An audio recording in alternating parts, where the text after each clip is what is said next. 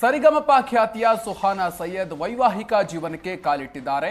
ಸುಹಾನಾ ಸೈಯದ್ ಅವರು ನಿತಿನ್ ಅನ್ನೋರ ಜೊತೆಗೆ ಮಂತ್ರ ಮಾಂಗಲ್ಯ ಮೂಲಕ ಹೊಸ ಜೀವನಕ್ಕೆ ಮುನ್ನುಡಿಯನ್ನು ಬರೆದಿದ್ದಾರೆ. ಸ್ನೇಹಿತ ರಂಗಭೂಮಿ ಕಲಾವಿದ ನಿತಿನ್ ಜೊತೆಗೆ ವೈವಾಹಿಕ ಜೀವನಕ್ಕೆ ಕಾಲಿಟ್ಟಿದ್ದಾರೆ. ನಿತಿನ್ ಅವರು ರಂಗಭೂಮಿ ಕಲಾವಿದ ನಿತಿನ್ ಇವತ್ತು ಮಂತ್ರ ಮಾಂಗಲ್ಯವನ್ನು ಮಾಡ್ಕೊಂಡಿದ್ದಾರೆ. ನನ್ನ ಜೊತೆಗಿದ್ದಾರೆ, ಅವ್ರನ್ನ ಮಾತಾಡಿಸ್ತಾ ಹೋಗ್ತೀನಿ. ಮೇಡಮ್, ಇಬ್ಬರಿಗೂ ಇವತ್ತು ಶುಭಾಶಯಗಳು. ಇವತ್ತು ಮಂತ್ರ ಮಾಂಗಲ್ಯವನ್ನು ಮಾಡ್ಕೊಂಡಿದ್ದೀರಿ. ಸೊ ಹೇಗೆ ಅನಿಸ್ತಾ ಇದೆ? Thank you. ಮದುವೆ ದಿನ ಹೇಗೆ ಅನಿಸ್ತಾ ಇದೆ ಅಂತಂದರೆ ಖಂಡಿತ ಖುಷಿ ಆಗ್ತಾ ಇದೆ. ತುಂಬ ವರ್ಷದ ಕನಸು ನಮ್ಮದಿದು, ಅಂದರೆ ಎಲ್ಲರ ಸಮ್ಮುಖದಲ್ಲಿ ಮದುವೆ ಆಗಬೇಕು ಅಂತ. ಇವತ್ತು ಅದು ನೆರವೇರಿದೆ. ಸೊ ಬಹಳ ಖುಷಿ ಆಗ್ತದೆ. ಮೇಡಮ್, ಈಗ ಮದುವೆ ಅಂತಂದರೆ ಎಲ್ಲ ಮನೇಲಿ ಗ್ರ್ಯಾಂಡಾಗಿ ಮಾಡಬೇಕು ಅನ್ನೋ ಒಂದು ಕಾನ್ಸೆಪ್ಟ್ ಇರುತ್ತೆ. ಸೊ ನೀವು ಸಿಂಪಲ್ ಆಗಿ ಇವತ್ತು ಮಂತ್ರ ಮಾಂಗಲ್ಯದೊಂದಿಗೆ ಮಾಡ್ಕೊಂಡಿದ್ರಿ, ಅದಕ್ಕೇನು ಹೇಳ್ತೀರಿ? ಅಂದರೆ ಮದುವೆ ಅನ್ನೋದು ಒಂದು ಸಂಭ್ರಮ ಹೌದು, ಆದರೆ ಒಂದು ಜವಾಬ್ದಾರಿ ಕೂಡ. ಅಂದರೆ ಆ ಮದುವೆ ಸಂಭ್ರಮದಲ್ಲಿ ನಾವು ಹೊರಗಡೆ ಏನು ತಲುಪಿಸ್ತಾ ಇದ್ದೀವಿ ಅನ್ನೋದು ಒಂದು ಮುಖ್ಯ ಆಗುತ್ತೆ.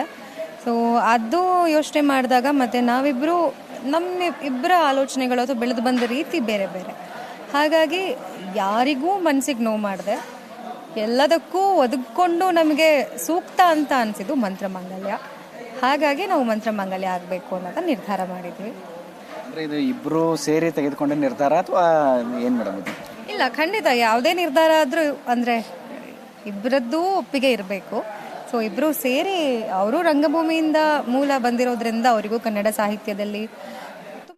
ಸುಹಾನಾ ಸೈಯದ್ ಅವರು ನಿತಿನ್ ಅನ್ನೋರ ಜೊತೆಗೆ ಮಂತ್ರ ಮಾಂಗಲ್ಯ ಮೂಲಕ ಹೊಸ ಜೀವನಕ್ಕೆ ಮುನ್ನುಡಿಯನ್ನು ಬರೆದಿದ್ದಾರೆ. ಸ್ನೇಹಿತ ರಂಗಭೂಮಿ ಕಲಾವಿದ ನಿತಿನ್ ಜೊತೆಗೆ ವೈವಾಹಿಕ ಜೀವನಕ್ಕೆ ಕಾಲಿಟ್ಟಿದ್ದಾರೆ.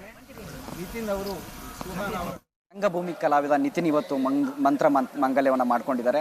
ನನ್ನ ಜೊತೆಗಿದ್ದಾರೆ, ಅವ್ರನ್ನ ಮಾತಾಡಿಸ್ತಾ ಹೋಗ್ತೀನಿ. ಮೇಡಮ್, ಇಬ್ಬರಿಗೂ ಇವತ್ತು ಶುಭಾಶಯಗಳು. ಇವತ್ತು ಮಂತ್ರ ಮಾಂಗಲ್ಯವನ್ನು ಮಾಡ್ಕೊಂಡಿದ್ದೀರಿ. ಸೊ ಹೇಗೆ ಅನಿಸ್ತಾ ಇದೆ?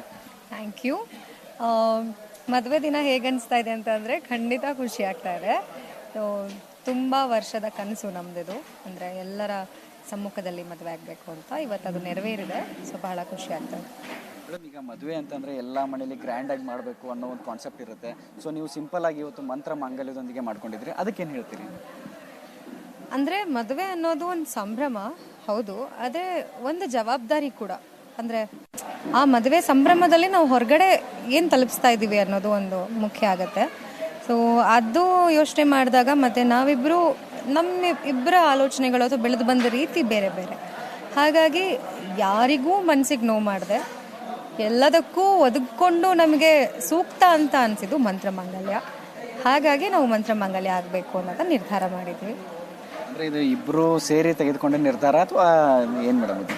ಇಲ್ಲ, ಖಂಡಿತ ಯಾವುದೇ ನಿರ್ಧಾರ ಆದರೂ ಅಂದರೆ ಇಬ್ಬರದ್ದು ಒಪ್ಪಿಗೆ ಇರಬೇಕು. ಸೊ ಇಬ್ಬರು ಸೇರಿ, ಅವರು ರಂಗಭೂಮಿಯಿಂದ ಮೂಲ ಬಂದಿರೋದ್ರಿಂದ ಅವರಿಗೂ ಕನ್ನಡ ಸಾಹಿತ್ಯದಲ್ಲಿ.